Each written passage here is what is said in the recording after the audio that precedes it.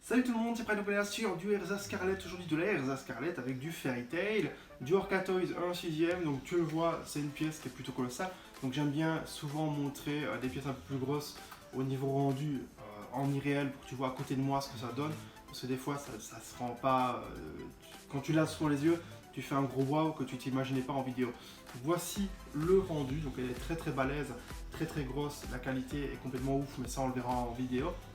Et donc ce genre de pièces de chez Orca Toys comme la Asuna et comme une encore Erza qui va sortir, eh bien faut savoir que c'est juste dingue, sauf que ça prend beaucoup de place à cause de la pose dynamique. Voilà, donc ici on est sur du Orca Toys, je vous ai dit avec la Asuna il y a eu pas mal de problèmes de production avec le paint qui avait foiré parce que beaucoup de bustes avaient eu la peinture non sèche et finalement il y a un mec qui avait mis ses doigts dégueulasses pour les mettre dans le blister ou je ne sais ce qu'il a fait avec et évidemment il a tout salopé, ça s'est mis dans la peinture, ça a séché avec, c'était dégueulasse. Heureusement j'ai pas eu de soucis. Bref, je vous invite à revoir la figurine d'Asuna en Orca Toys si vous voulez en savoir plus. Et il faut savoir que pour cette figurine, le problème était tout autre puisque avant sa sortie, la figurine a été annoncée 4 ans avant. 4 ans. 4 ans. 4 ans. 4 ans. 4 ans. Alors je sais, je me répète, 4 ans. J'ai eu le proto noir et blanc en photo annoncé, alors moi j'avais vu via My Figure Collection, et bien il faut savoir que le proto il m'a suivi pendant 4 ans avant de savoir des dates et d'avoir une date qui te dise voilà, dans 6 mois elle sortira à peu près. Bon, c'est Orca Toys, les délais sont toujours reportés, la figurine au lieu de ressortir, eh bien, elle a dû sortir fin 2018 je crois. Et bien finalement, elle a été reportée à 2 mois après. Finalement, elle a été reportée encore de 2 mois. Bref, finalement, tu l'as eu 4-5 mois plus tard. Et après, il fallait encore attendre un petit peu pour avoir la sortie européenne. Bref, tu as compris, les délais sont toujours reportés. C'est très chiant. Surtout que c'est pas de la résine, on est sous PVC. Donc c'est vraiment casse-couille, hein, on est d'accord.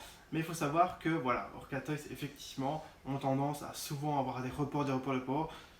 Pourquoi est-ce que c'est des problèmes en production? Est-ce que c'est un manque d'organisation? Dans tous les cas, ça arrive très souvent. Ici, il y a eu des Lucie encore très récemment qui sont sortis en swimsuit, donc version maillot de bain, qui sont encore été délayés jusqu'à la fin de l'année 2019, donc ils sont sortis il n'y a pas longtemps. Bref, on est souvent ce genre de truc, mais c'est bien de le préciser et de dire un peu les problèmes qu'ils ont eu, comme ça, si vous regardez au fur et à mesure les vidéos, s'il y a des anecdotes à leur rapporter, vous connaîtrez mieux les marques en question et aussi les soucis qu'ils auraient pu avoir ou non sur des figurines. Donc ici, version Talk Night d'Erza. Hein. Alors pour ne pas se perdre, il faut savoir que la tenue évidemment n'apparaît pas dans l'animé ni dans le manga. Donc tenue par contre qui est officielle parce qu'elle est tirée d'une illustration d'Hiro Mashima.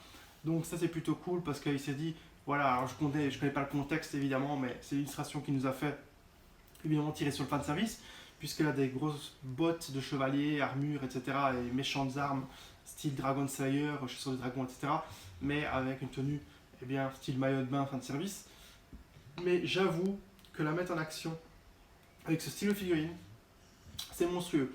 Alors évidemment, il y avait très peu de chances qu'on voit ce style de figurine sortir, pour la bonne raison qu'on a déjà du mal à avoir toutes les armures d'Erza en figurine. Donc avoir une figurine qui n'est que sur une illustration et qui n'est pas canon, voilà, donc moi j'encourage très fort ce genre de choses parce que l'originalité est vraiment excellente. L'originalité, ça veut dire que tu avais encore moins de chances de choper une pièce de ce style. Et évidemment, l'originalité, c'est vraiment un truc que je trouve vraiment cool. C'est comme Goku, tu le verras toujours avec ses mêmes tenues. Si tu lui mets un truc vraiment original, qu'est-ce que ça va te faire? Ça va te faire super plaisir de te dire, ah ouais, ça y est, l'armure Yardrat, voilà, la tenue de Yardrat que tu as de Goku, eh bien il y a une de chez Manpresto avec l'armure des Yardrat par exemple, où il fait ceci ou ceci ou ceci. Et bien il faut savoir que dans tous les cas, eh bien l'armure, voilà, c'est juste génial, les gens ils sont super emballés parce que c'est l'armure Yardrat, c'est quelque chose de très original. Et bien c'est un peu le même style ici, comme ça tu comprends un peu. Donc je l'ai fait un peu long, maintenant il faut savoir que celle-ci a été super longue à attendre. Moi j'étais super emballé parce que j'avais trop hâte de voir cette pièce de chez Orca Toys. Le dynamisme est fou et donc c'est la première pièce qui est sortie avec un gros dynamisme chez Orca Toys au niveau position de combat puisqu'elle est sortie quelques mois avant la Asuna. Hein. Il faut savoir que cette pièce j'étais super emballé. Maintenant, à l'attente de 4 ans, je croyais qu'elle allait être annulée, donc j'étais super emballé quand il y a eu des dates, bien sûr, donc ça veut dire que, voilà, ça certifiait qu'ils étaient en train d'enfin travailler dessus. Bref, on est sur de la RZ 14, un sixième, on se lance la review tout de suite.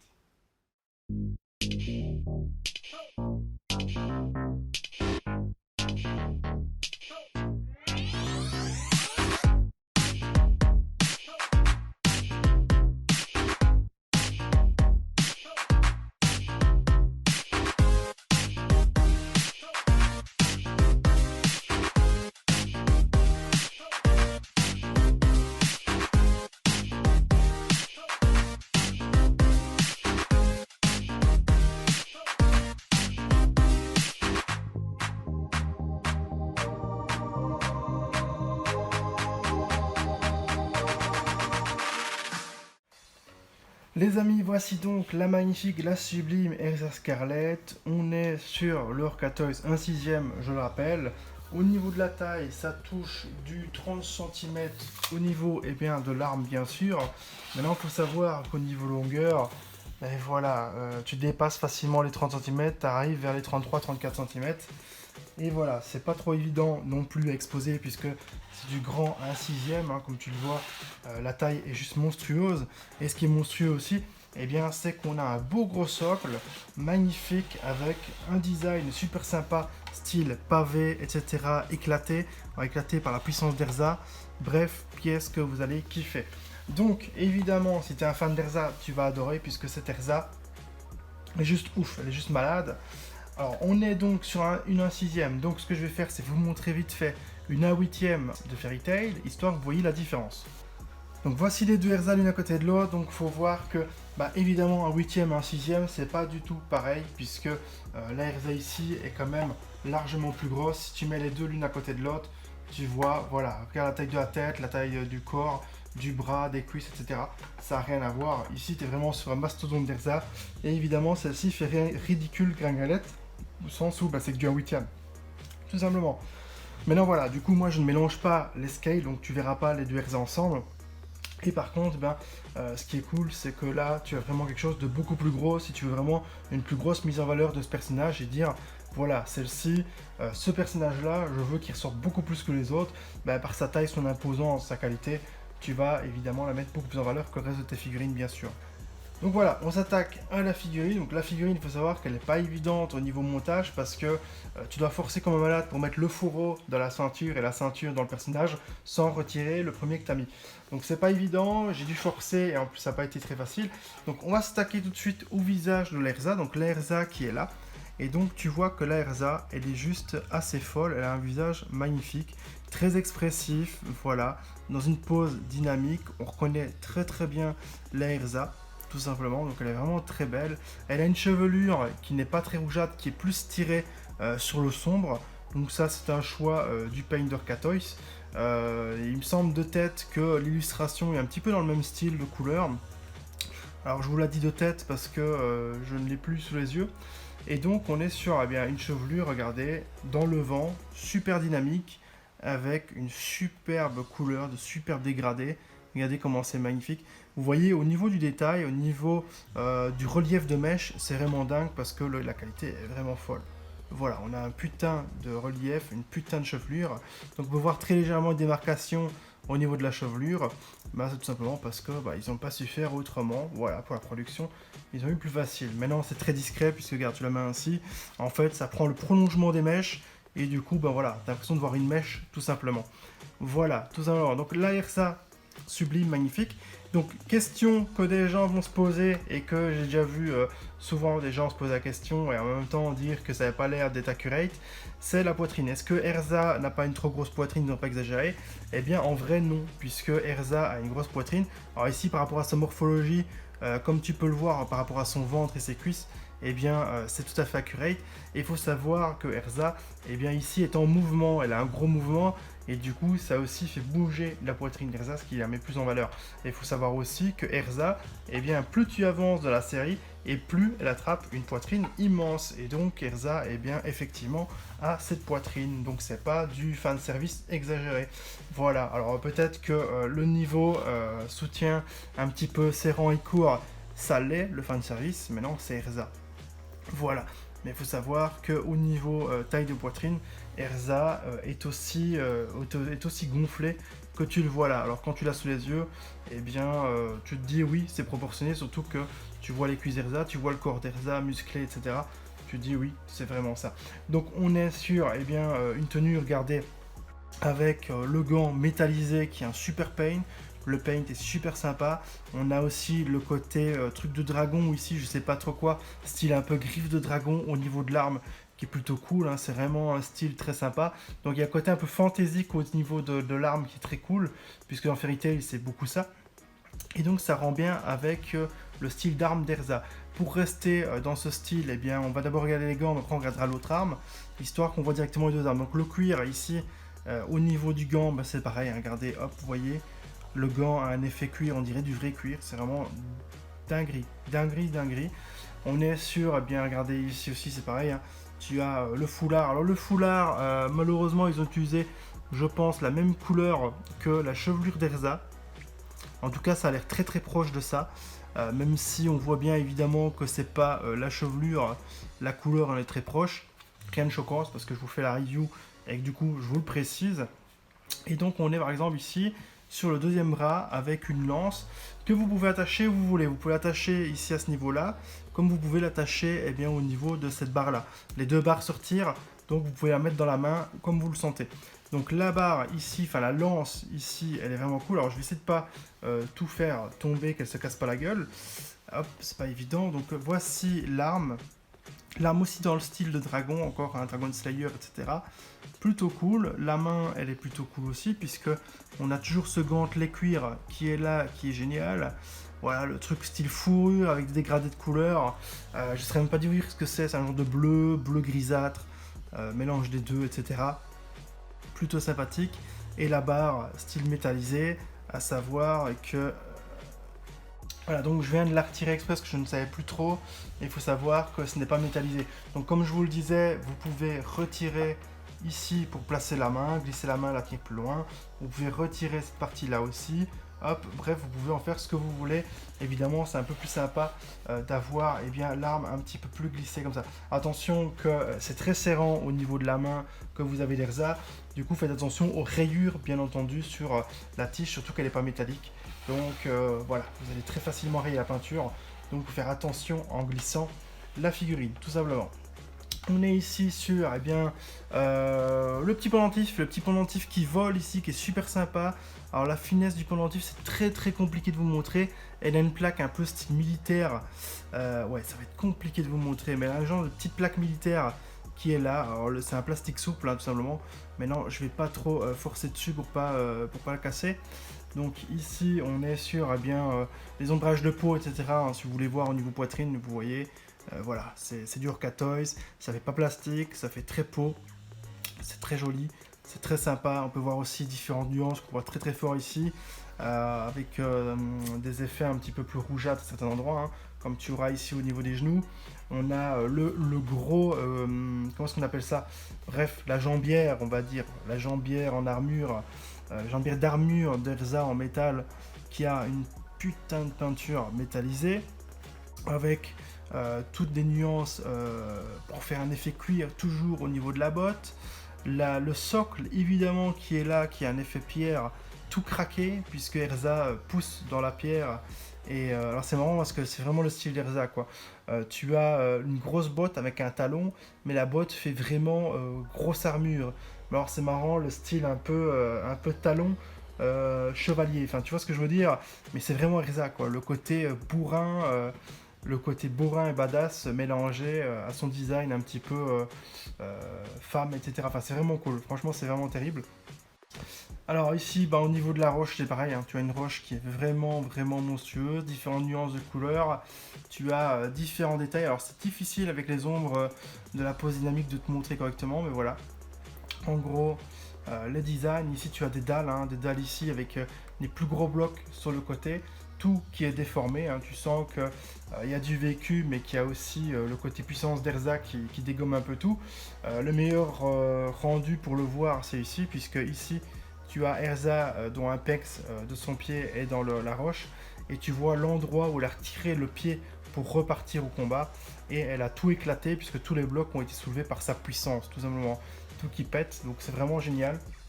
Vraiment excellent, sachant qu'on a différentes nuances, hein. Tu as encore dans les creux quelque chose d'un peu plus noirci, en fait c'est un brun mais qui donne un effet un peu noirci, et tu vois que c'est vraiment terrible, j'ai rien à faire. Alors je suis conquis, alors c'est moyennement objectif puisque moi étant donné que c'est de la RZA et que c'est une putain d'autre gamme au niveau PVC, du coup je suis super emballé, mais alors juste parce que c'est RZA déjà, voilà, il m'en faut pas grand chose pour kiffer. Et là, la pièce, j'en suis complètement fou. Donc objectivement, je peux juste vous montrer la qualité de la pièce, hein, dont la qualité on ne peut pas cracher dessus. Mais c'est vraiment compliqué d'être très objectif sur ce genre de personnage pour ma part, puisque c'est quand même un de mes kiffs dans Fairy Tail. Donc ici, je vais vous montrer un petit peu plus bas. Alors je vais essayer de pas trop cogner. Voilà, vous avez le fourreau ici qui a un effet cuir brun qui est un petit peu plus clair que ce que tu avais sur les bottes, hein, les bottes qui sont ici, qui a un autre cuir. Donc ça c'est plutôt cool d'avoir une variante de cuir. Donc l'épée qui doit s'accrocher dans la ceinture, qui n'est vraiment pas évident. On a un effet de petit bandage. Alors évidemment, je suis désolé, mais la lance gêne un petit peu. On a un style d'effet de petit bandage au niveau de la poignée qui est très cool. Voilà, on a l'épée qui est assez badass en vrai. Regarde la forme avec la garde. Tu vois, c'est plutôt cool, hein, c'est vraiment une belle épée. Et donc on a une superbe épée avec une ceinture qui bouge un petit peu mais qui est fixée dans le personnage. Donc voilà, c'est tout dit, elle ne bougera pas, elle sera pas difficile à placer parce qu'elle est déjà placée. La culotte, bon voilà, tu vois, le fessier RZA, alors ce qui est cool c'est qu'il n'est pas trop mis en valeur malgré que c'est une culotte très courte.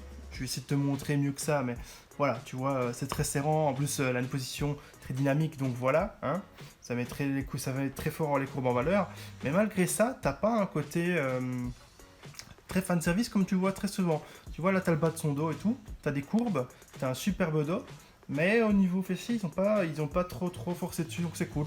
Là, ils ont vraiment mis un aspect très combattant en avant, plutôt que vraiment essayer de foutre un gros fan service, même si évidemment le fait que la poitrine soit dans l'angle de vue est fait exprès, hein. Que tu mettes le personnage dans un sens ou que tu le mettes dans comme ça, c'est fait exprès bien sûr. Donc voilà, le petit nœud évidemment au niveau de son soutif à l'arrière qui est très cool, le dos très musclé d'Erza, une musculature de guerrière, c'est très sympa, très cool. Ici c'est pareil, je vous ai montré le coude, je vous ai montré tout ça, donc ça c'est plutôt cool. Ici je vous ai pas montré, mais vous avez un petit bandage aussi accroché au niveau de la lance que vous retrouverez encore un petit peu plus haut ici près de la main. Hop, j'essaie de vous montrer dans le coin. Et alors la lame qui a un effet métallisé, très différent de la barre. La barre et la lame n'ont pas les mêmes couleurs. On a quelques nuances un petit peu noircies dans les creux pour faire ressortir un petit peu tout ça, même ici, hein, tu peux le voir. Cet effet corne qui est super beau avec des différentes nuances, donc ça c'est plutôt cool. On a, voilà, globalement vu toute la figurine. Tu vois qu'au niveau des bottes, je le disais, c'est juste dingue parce que c'est des grosses bottes bien badass. Donc en fait, ça représente une armure très grosse et badass. Sauf que, en vrai, elle a le côté swimsuit, tout simplement, le côté un peu tenue maillot de bain, qui est là à moitié. Alors le truc qui est cool, c'est que tu l'as comme ça devant toi, et bien malgré qu'elle a un style maillot de bain, il y a tellement de parties d'armure grosses que tu vois moyennement le côté maillot de bain en fait. C'est ça en fait.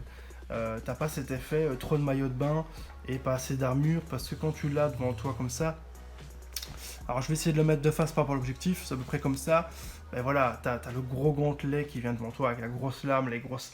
En fait, il y a tellement d'armes et tellement de grosses armures que ça rend plutôt cool, surtout que t'as la grosse épée qu'elle a aussi. Bref, pièce qui est vraiment excellente. Petit truc, voilà, c'est juste que le socle est assez colossal, hein, puisque le socle est quand même vachement gros. Mais il faut bien ça pour tenir la figurine, pour qu'elle bouge pas trop, qu'elle ne tombe pas, etc., pour la stabilité tout simplement de la figurine.